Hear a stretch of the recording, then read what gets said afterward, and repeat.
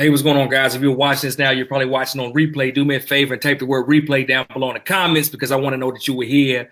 I'm going to come back later, check out the comments, and talk to you guys as we keep this moving. For everyone else, we're going to give folks a second to come in. I see we already have people coming in too. This week's Lunch and Learn. My name is Lamar Tyler. I'm creator and founder of Traffic, Sales, and Profit, where entrepreneurs do three things: drive more traffic, convert more sales, and grow the amount of profit in their businesses.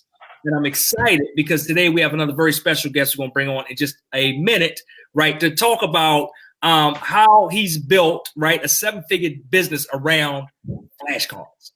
Flashcards. And I love this conversation because a lot of times, entrepreneurs, right, we're always thinking, how can I build the next super high-tech app, right? And I got to go to Silicon Valley and I got to do all these other things. Now, all you got to do is find a gap in the marketplace where you can bring your product or service to the marketplace and then you can crush it. So the guy I'm bringing on in just a second is the one going to tell you about how he did it so that you can pick up some of these nuggets and do it yourself, right? We do this every week with our Lunch and Learns, and I'm glad you're here today.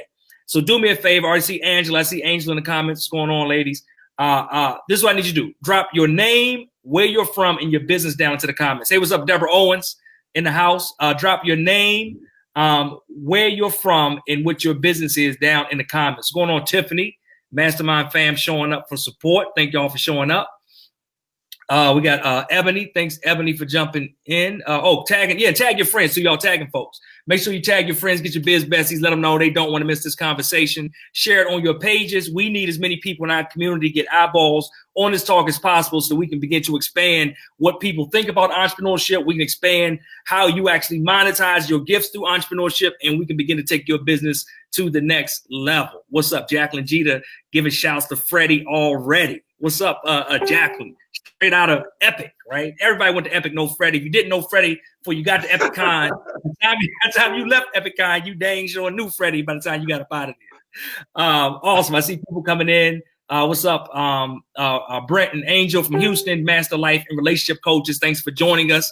Glad that you guys are here. Thanks for tagging other people and friends as well to bring them in. All right, guys, as we get started, I'm going to go ahead and introduce the man of the hour. We're going to bring him in. Keep dropping your comments down below. At the end of this talk, we're going to come to Q&A. So any questions you have, make sure, you kind of keep note of those when we go to Q&A, type them in so that we can get those answered. All right, without further ado, today I'm joined by a good friend of mine, Mr. Freddie Taylor. Freddie is a serial entrepreneur, a philanthropist, and founder and CEO of Urban Intellectuals. Urban Intellectuals is an international business dedicated to shining a light on the missing pages of history, Black history, that is. The company has sold over, y'all get this, write this down, get your pen and your paper, write this down, 150,000 decks of their world-renowned Black history flashcards in the last 18 months all over the world, and believes everyone has a right to be proud of their ancestors, including the global Black community. Urban Intellectuals is on a mission to engage, educate, and empower the community with their website, mobile app, their own social media network, a line of historic educational products, and social media assets, including over 1 million fans on Facebook. They've been featured on Huffington Post, CBS Chicago, Good Morning Washington, Milwaukee PBS, Sister Circle, Essence, and has a corporate partnership with JetBlue during Black History Month at JFK International Airport. So if y'all walking through the JetBlue terminal, you've probably seen the huge blow-ups of the Urban Intellectual Black History Month flashcards, y'all. Without further ado, let me bring him onto the screen, my man, Freddie Taylor. What's up, Freddie? Hey, what's happening, brother? How you doing? What's happening, TSP? Hey, doing great today. And this is our warm-up, y'all. Freddie act like he don't like talking public. But everybody at EpicCon know that is a lie. The lie detector showed that is Freddie like, I like to be behind the scenes. You get that brother a microphone, all that behind the scenes stuff, go out the door. But man, thanks for, I'm excited because like I said, I think a lot of times we overcomplicate what we have to do or what we have to create in order to have a successful business.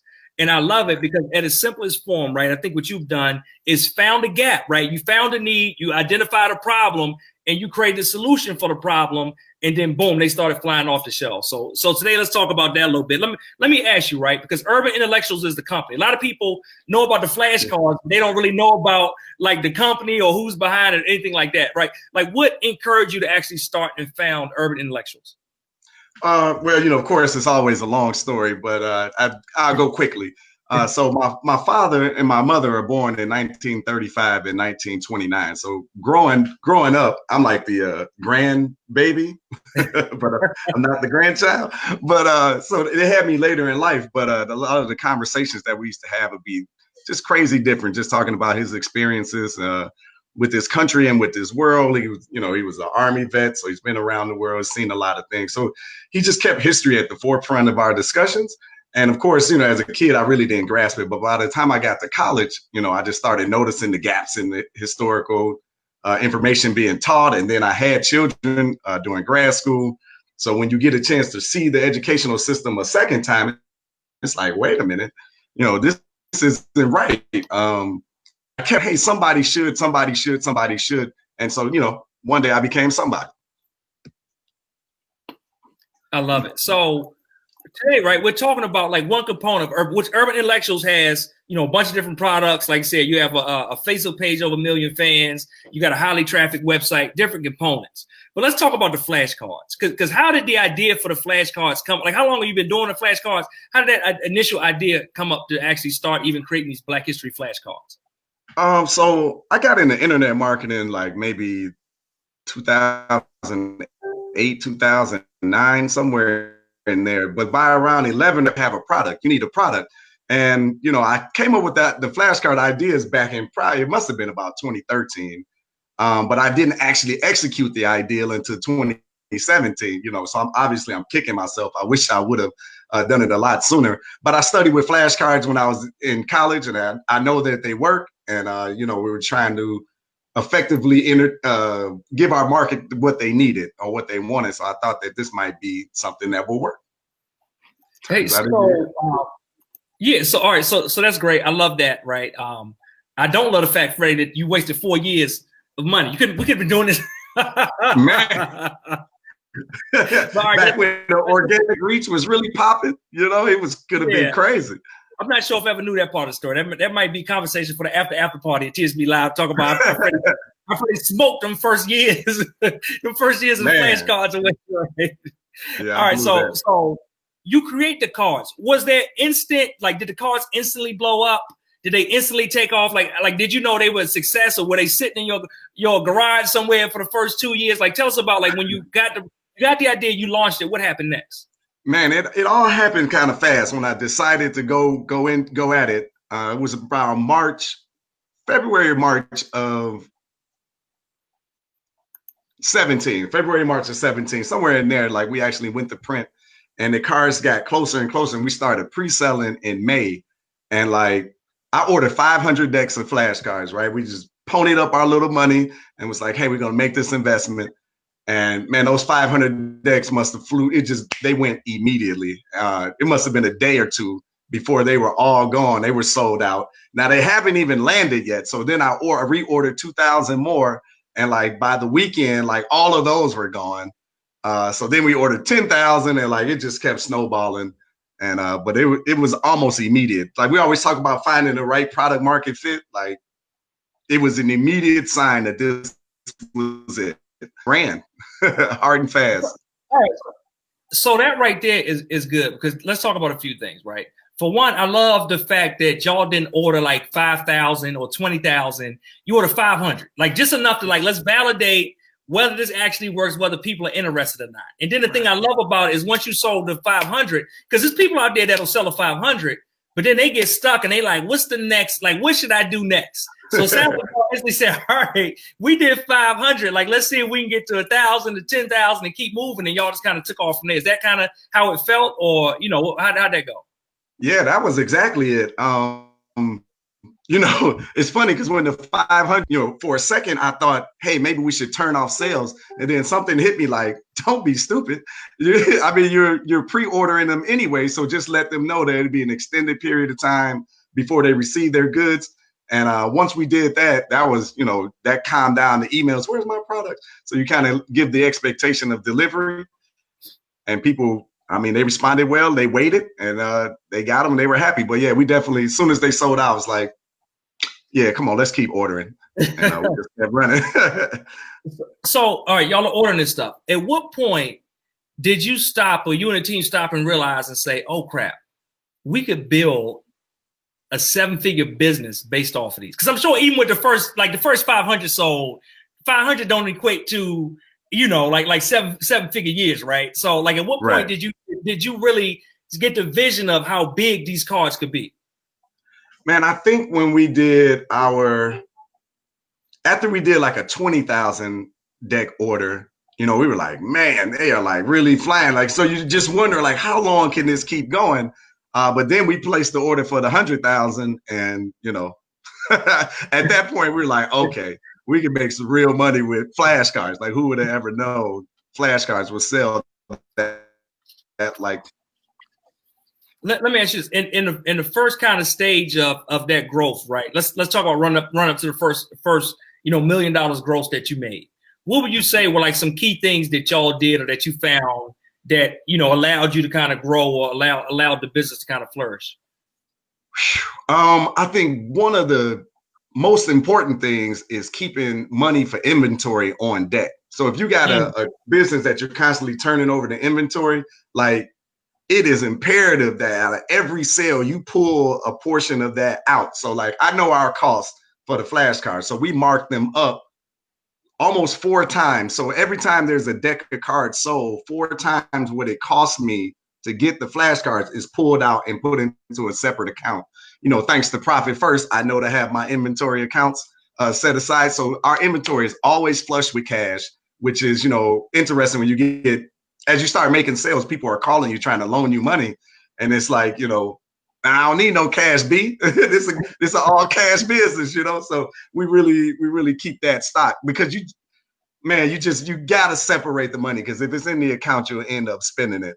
So having that inventory on deck just really allowed up. So after we sold 500, it's easy to order 2,000 because I just told you we were pulling the money out and not putting it in our pocket, but keeping it in the business for that specific purpose. So when the 2,000 sold, there was money for 10,000. When the 10,000 was ready, there was money for the 20. So we were able to just keep rolling that right forward. So I think that was a critical element looking back. I love that. Hopefully y'all got that, pick that nugget up, right? Because I think that's good. I think what a lot of people do, and correct me if I'm wrong, right? But they get into a situation where stuff is selling and they're excited. But like you said, when they don't have that money set aside, right, and they burn through it, it's almost like they become a victim of their own success. Right. I think that's what a lot of the problems with companies with inventory get into it. I used to watch Shark Tank and I used to think like, how could selling more be a problem? But if you don't have your accounting system set up correctly that'll help you, then I could definitely see how that you can run through that. Because, you can spend on marketing expenses all day long. So if you don't segment that money, you really can get into trouble. All right. So let me ask you this, over the growth of the company, right? Because it's crazy. Even Tiffany just commented below, like, I didn't know, Freddie, you only launched some cars in 2017, right? But over the growth of this, right? Because then, different things happen. What are some difficulties or some problem points or pain points that you've kind of run into with growing the business and being able to scale it so fast? Well, before we even got started, like before the flashcards dropped, we ran into, the Facebook slap, when they reel back organic reach. And I always go back to Penguin. You remember that, like with Google, the SERPs, so we really faced a lot of opposition against allowing third parties to being dependent on third parties to get to our customers. So I think that was like a valuable lesson that we learned, and that that really hurt. Like you spend all this time building up this organic reach, and then they just pull the rug out from under you. But then secondly, so building on that, we got into Facebook ads and internet ads in general. But then in 2018, the political money rushed into the system. And man, it really drove up our ad costs, our customer acquisition costs, and that really hurt. So that was something that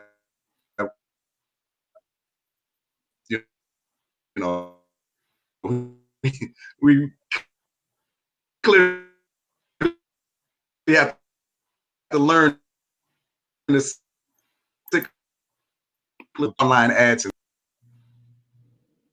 Oh, guys, I think We might have dropped Freddie. Let me see if he's coming back. Manufacturers, you have a long lead time before the products actually reach to you. So you really got to reverse engineer that calendar. And I kind of blew it last year. So we went for a very long stretch of the business with basically one product. So that kind of really hurt our growth and our opportunities. But, so lesson learned. But now you talk about that, you start that one product, but now you have like a suite, right? What was it, 7 decks total? Yeah. So the 7 decks, and you have additional. I'm sorry, go ahead. Oh yeah, the culturally relevant highlights magazine. So that's kind of the theme there.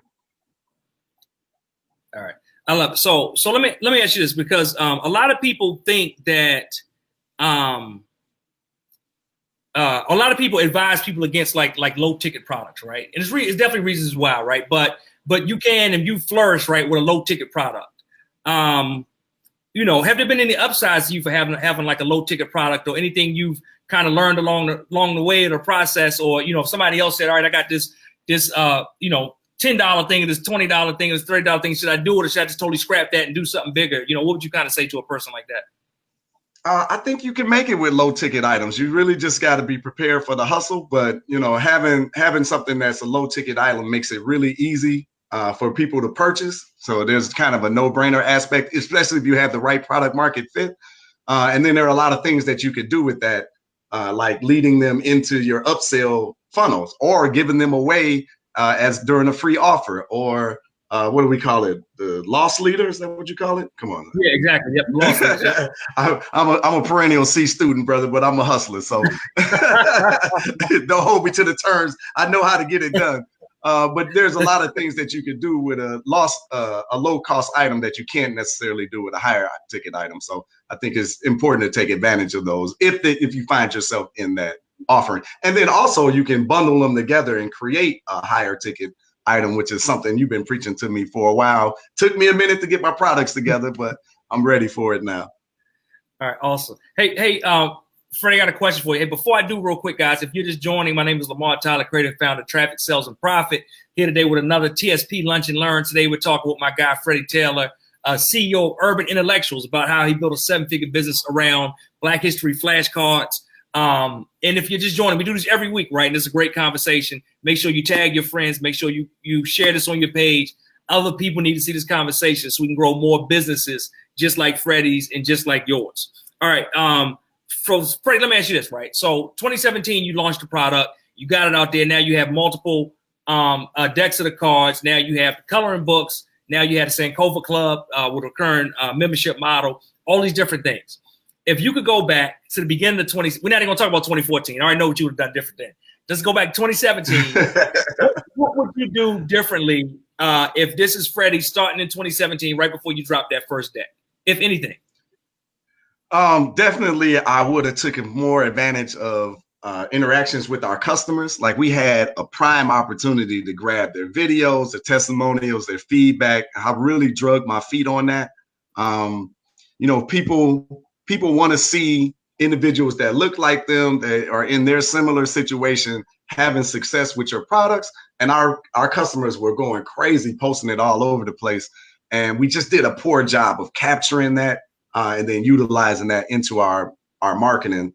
I would have had my upsells ready. Had I known we were just going to be flying out the door, I definitely would have had a barrage of products ready to continue to upsell. Like I said, for months we were just selling one product through the Christmas season, actually. So, you can only imagine if you got something that's hot and going viral that, we really could have piggybacked on top of that like crazy, actually. And then really focusing on list building early on. I really wish I would have done that as well.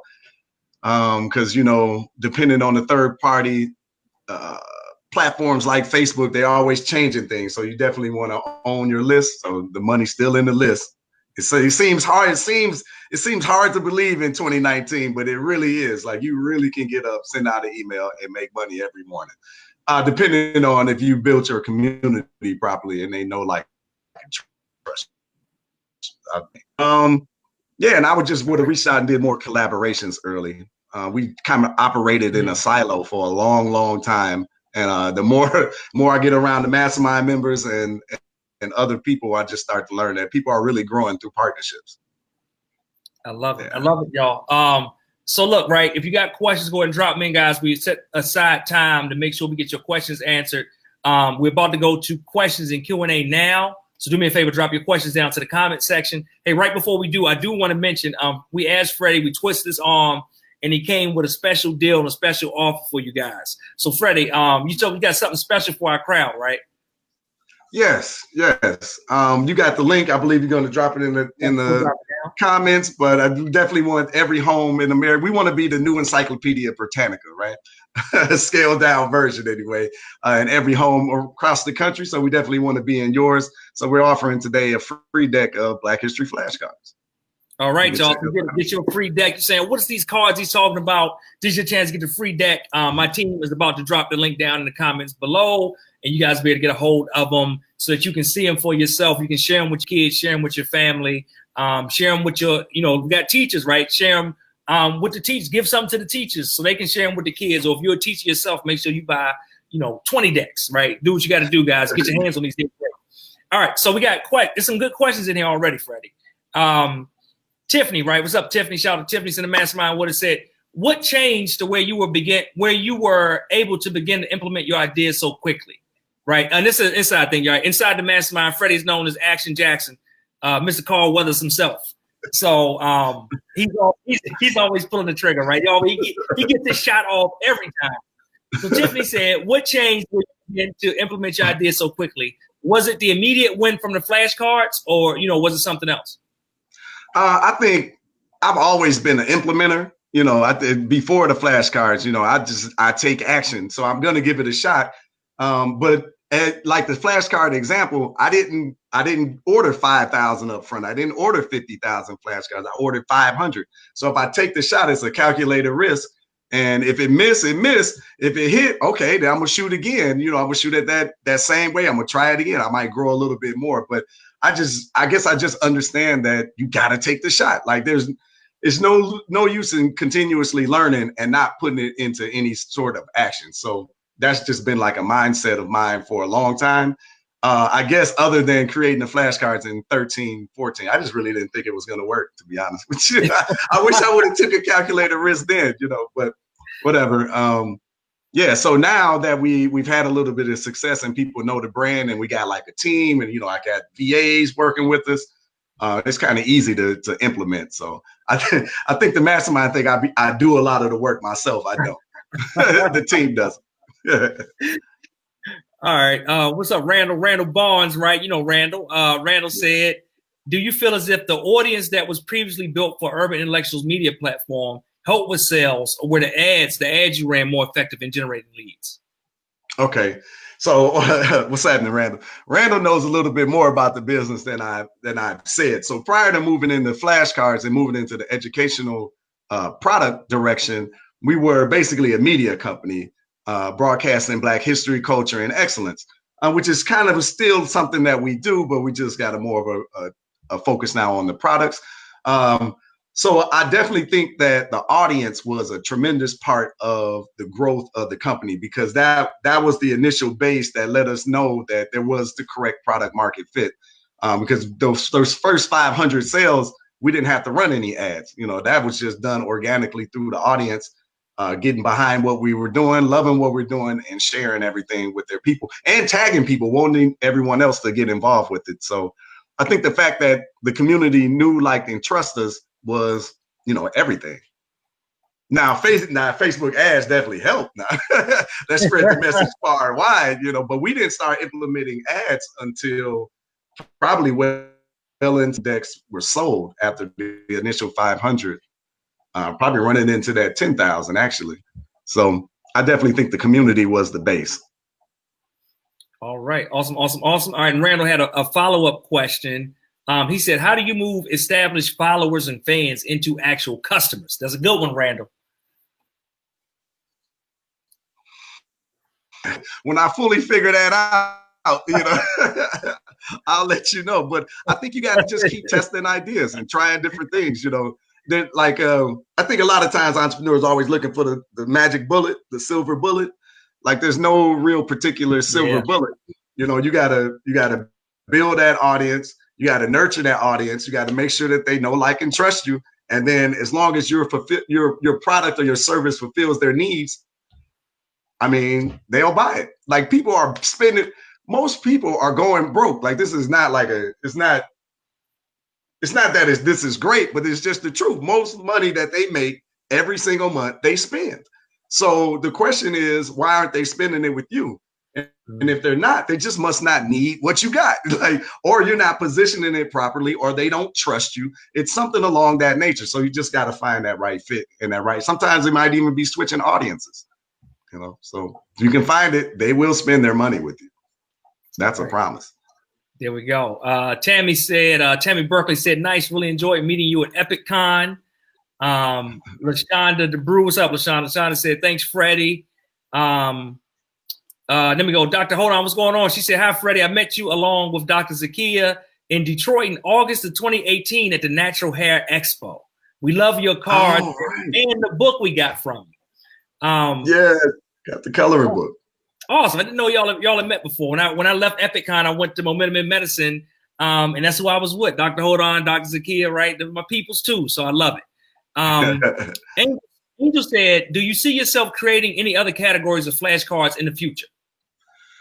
That's something that we've considered. I can't say exactly what the market is, but let's just say yes. I went to Social Media Examiner out in San Diego a couple of months ago, and as we talked about it, everyone kept, I wonder if that'll work for my community. So it just kind of made me realize that we can take this far beyond just our niche. But I've already talked to Lamar about expanding, and we really need to nail what we're doing here first. So I want to focus before we expand too far. But yes, I do have some ideas on some secondary niches. There we go. Fresh right hand. Don't give them all up. Somebody else will be on here talking about. I also built a multi-million-dollar business with flashcards after watching Freddie's. Right. I was inspired so much. I got this crazy idea and I launched it. Also, let me see. We got another question. Randall again, right? Randall got all the great questions. He said, "I'm gonna put Freddie on the spot today." Randall said, "How do you know if a product will sell? Is it just about taking the risk, or do you already know it'll catch on?" Well, you can do like focus groups, or asking your audience ahead of time to try to see not only what will they purchase it, but what will they pay for it? What additional features and tweaks would they like to see? So again, if you have an audience that know, like, and trust you can go to them and get feedback ahead of time, and hopefully you will cut down on your learning curve on finding the exact point where you find the right product market fit. But at some point you're gonna have to pull the trigger. Talking to people is great, but until they start putting their money up, it doesn't really matter. So test, but at some point you got to shoot. Yeah, I love that, right? And I think that's the thing. I think a lot of times, Frank, correct me if I'm wrong, I think a lot of times entrepreneurs get to this thing where they want like the sure thing. Like, how do I know if I do this, right? If I run these, this is actually, I'm telling y'all some little stuff I hear from people all the time. People say, well, Lamar, can you guarantee me that if I run Facebook ads, I'm gonna make my money back? Nope. They guarantee me, like, hey, if I come to the conference, am I going to exponentially do X, Y, and Z? Who knows, right? If I join the mastermind, will I make my money back in 30 days? I have no idea about you, right? But the thing is, like you said, it's about calculated risk, right? You get as much data ahead of time as you can, but nothing is validated until money exchanges hands. Right. So even with me, I don't care. We do a cruise for our Black American Kids brand. The first year we had I don't know if we had hundreds of people that took a survey and said they would come on a cruise. And I said, you know what? I ain't doing this cruise till we get thousands of people on here, right? Now I'm gonna push it and hustle it in the meantime. I ain't just waiting. I'm gonna push it and hustle in the meantime. We already had other avenues of making money around it. So it wasn't like the business is just sitting still. But I said, hey, nothing is proven. I don't care what people say with their mouth. Nothing is proven until they get that credit card and they run that card and they swipe that card. Then I say, okay, this is a valid concept. In the meantime, like I said, we get all the data we can. We do as much as we can to insulate ourselves in the business so that we don't catch a loss if it doesn't work out, or too much of a loss if it doesn't work out. But you know, like you never know until it's fully executed. And I think a lot of people get stuck because they are waiting for that 100% validation that this thing is definitely 100% without a shadow of a doubt going to work, going to make me rich, going to make me money. But you don't get that in business. I mean, what you think, Freddie? I think you nailed it, brother. I mean, that's exactly it. That's why you got to take the calculated risk. So with our example, the 500 flashcards, we put it out there, and if they didn't sell, that was enough money that we just said, hey, that was a part of the test. But you just never know until you try it, and that market's going to tell you with their wallets. So I think you nailed it. Yeah, perfect. All right, I probably got your toughest question of the day. Get ready for this one. Karan said, "Does looking like Donnie Simpson help your sales?" I hope so. I hope so. That's funny. I don't know, man. I just thought about this, right? 'Cause I think, I know, Freddie, did you tell me you was from Michigan? Yep. Donnie Simpson from Detroit or something, man. I don't know. It might be part of the story Freddie ain't never tell us. Now you sound like all the people I grew up with. Say, man, your daddy on TV. All right. We got time for. I'll take this our last question, and we're gonna wrap up. It's a good one. Sherry said, "How did you initially implement your email marketing strategy? Did you learn to implement yourself, or did you pay someone else to set everything up?" Was that Sherry? Yes. You said Sherry. Sherry, look, let me be honest with you. We still trying to figure out how to learn and implement our email marketing strategy. Like this has been an ongoing thing, but we are hiring an outsider now, but we've been doing it all ourselves. We've just been reading, learning, listening to Lamar, listening to as many people as I can, testing and trying different things. We've gotten tremendously better. We have definitely grown in that area. And that's a focus for not only this quarter, we're finally like ahead on our emails. I think we're 12 weeks ahead now. So like we're really getting to a place where we can actually think and execute a plan or a strategy.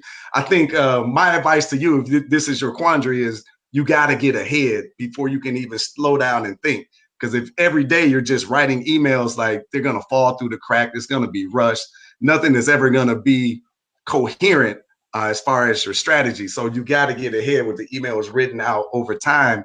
And then you can start to think, okay, June is coming. We're going to tweak June into this, or maybe you're working on July. July is going to be this. So I think that's where working with an expert or somebody to come in, I think that's really where they take you. But I'm going to see. So we're just getting started with that. All right. Awesome. All right, y'all. So again, I want to remind you guys, we dropped the link before. I'm about to have the team drop it again. Freddie has offered all of you guys a free deck of his Black History flashcards. We're dropping the link down below into the chat. Get a hold of it. You can see them yourself. You can see what this business is built around. You can share them with your kids or other kids in your family, in the community, or other people that impact and touch kids, right? Or if you just want to, get a hold of them and just support the movement as well, man. Make sure you do that. Share them on social, right? Tell people about it, about the cards, how it's well. Make sure you do that. Also, I want to remind you guys, if you didn't know, Freddie is one of our speakers at TSP Live 2019. We're doing a special session with him and Dr. Gina Page that we recently had on from African Ancestry, talking about what does it mean, what does it look like when you're in the business of being Black. So we have, the two of them and myself will be up talking about how we built massive businesses around the actual idea and the efforts of supporting, educating, and uplifting Black people. This conversation a lot of people don't want to have. Guess what? We have it at TSP Live 2019. Freddie will be on the stage. We're going to get a whole bunch of great pictures of Freddie so that he can animate all of them.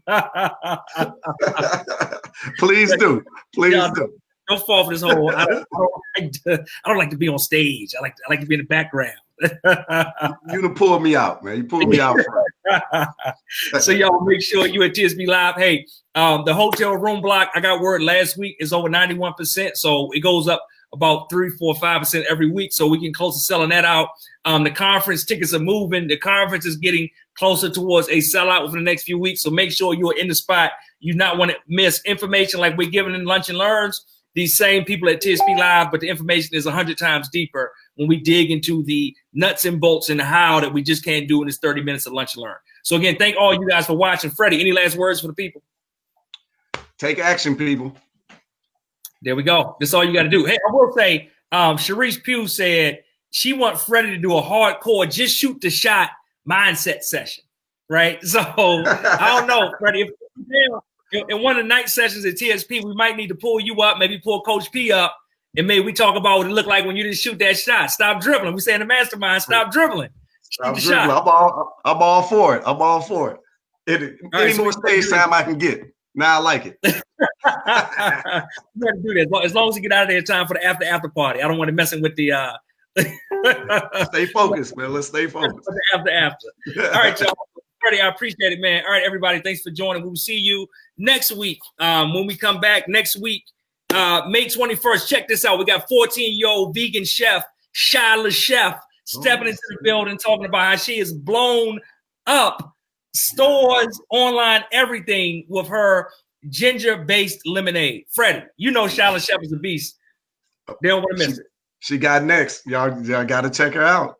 Hey, let me tell you this. She is shooting her shot. She ain't dribbling that joint. She ain't passing it. She's shooting the shot. So make sure you shoot your shot, y'all. Make sure you don't dribble it out the ball. Make sure you do what you need to do for yourself and for your business, because there's somebody waiting on you, waiting for what you have, right? Waiting on the product or service you got so they can get to the next level. Only thing that hasn't taken action, hasn't moved yet is you. Get it in motion. All right, Freddie, we appreciate you. Thanks, everybody, for joining. We'll see you next week. All right, peace. Thanks for having me, brother. No problem.